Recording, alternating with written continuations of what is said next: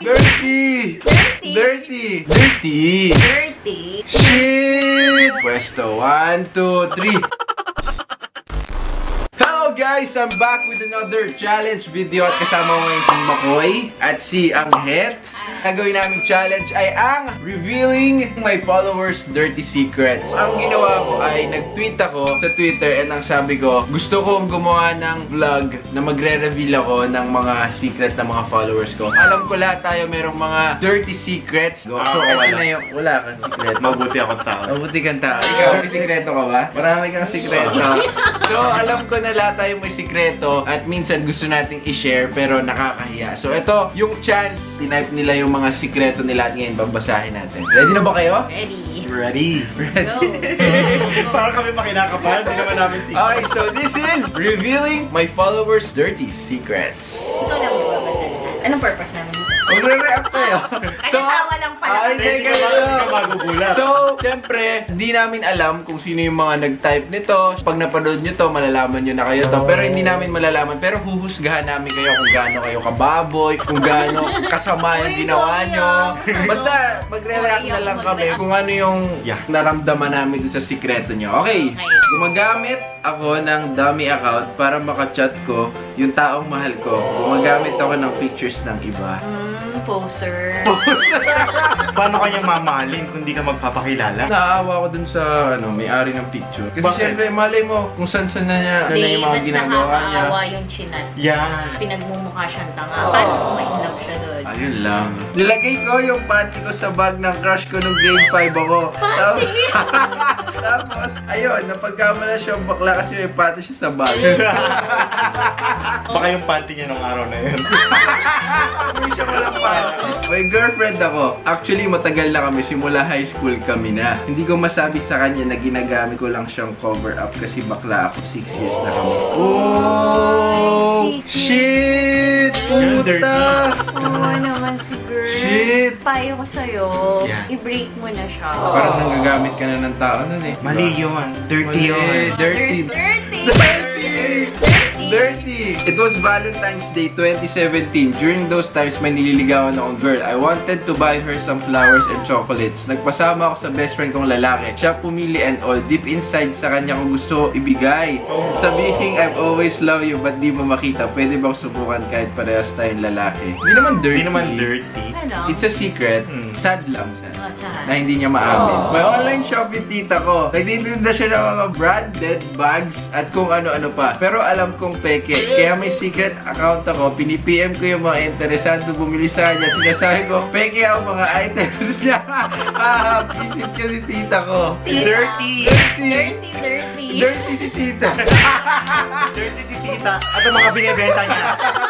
Hindi ko alam kung anong issue niya ng tita ko. Sinisira ko yung business niya. Pero pareho ako yung dirty. So, college ako, tay-tay na ako. Pero ang dami tao sa CR. So, nakakahiyang tumae. Kaso, hindi ko na napigilan nung natain na ako. Ayaw mag-flush yung tae ko. Ginawa ko, kinuha ko yung panyo ko at dinakot ko yung tae ko. Tapos, tinama ko sa basura. Hindi ka nga dirty nun eh. Kasi nilinis mo yung tayo mo. Dinakot yung tae. Dirty siya, literally. Literal na dirty. May ex-boyfriend ako na pinsan ko. Na hanggang ngayon, mahal ko pa rin. 1 year and 4 months kami. Oh, pinsan. 1 year and 4 months ng pinsan. Baka naman yung nararamdaman mo sa pinsan mo is a family love lang. Next na lang. I was in high school that time. Tuwing magkakaroon ako ng red days and nasa bahay lang, hindi ako gumagamit ng napkins. Instead, yung mga old clothes lang. And every time na feel kong puno na, tinatapon ko lang sa bubong ng kapitbahay namin yung mga panty. Oh my God, ang baboy! Nung nire-renovate yung bahay namin, pagbaklas ng wall, boom, kita lahat ng panty. Dirty. Dirty ang bubong ng kapitbahay. Nabully ako nung high school, nung nagka-work ako bilang isang human resource assistant. Nag-apply, yung mga nambully sa akin sa company kung saan ako nagtatrabaho, tinapo ko yung mga resume nila para hindi sila ma-hire. Ganti-ganti lang. Dirty ang bad. Dirty player. Makinis maputi ako, kaso may putok. Tawas ka na lang. Ligo lang ang katapat ng dirty secret mo. Kimpoy, mahirap lang kami. Ang alam ng parents ko, working student ako. Pero totoo may sugar daddy ako. Na nagbibigay sa akin ng allowance at minsan pang tuition. Alam ko mali pero gusto ko lang naman mag-aral. Shocking! Huwag na tayo mag-comment. Like, choice naman niya yun. And, sige. Basta mag-aral ka na lang Mabuti. Mukhang kakat mo na lang yun. It was when one of my close friends forgot to log out of his account sa phone ko. Ayun, nakita ko yung mga nude pics niya na sinesend niya sa mga babae niya. So ngayon, ang awkward ko na sa kanya. Ikaw ba naman makita ng titi ng boy best friend mo sa pinaka-awkward na way?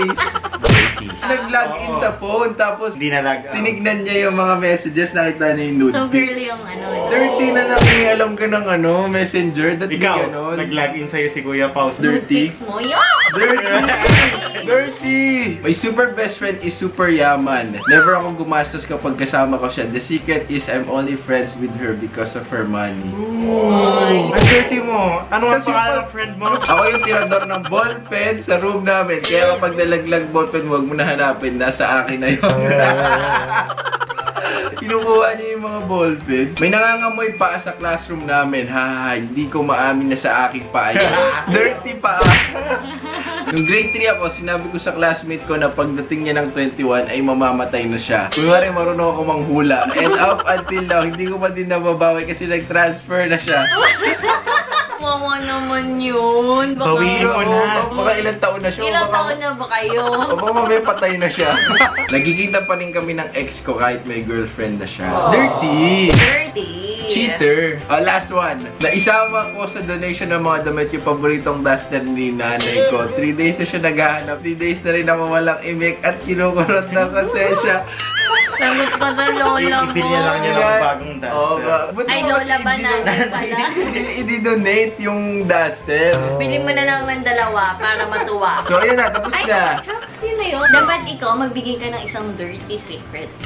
Sana sa part 2. So, kung gusto niyo ng part 2, mag-comment kayo and revealing my dirty secrets. Hindi, puro ako yun. Oo. Ano yun? Ay, sabi mo, may part 2, Oo, oh. I mean like, kung gusto niyo ng Another part set 2. of dirty secrets? Oo, tapos magsasali lang ako doon ng isa. Tapos hulaan nila kung ano yun. Kung gusto niyo lang part 2. Sana nag-enjoy kayo sa vlog na to. And yun guys. And Hindi makatapos. Sige, bye-bye na. During this vlog. See you guys. Magic in me. Every time I touch that track, it turns into gold.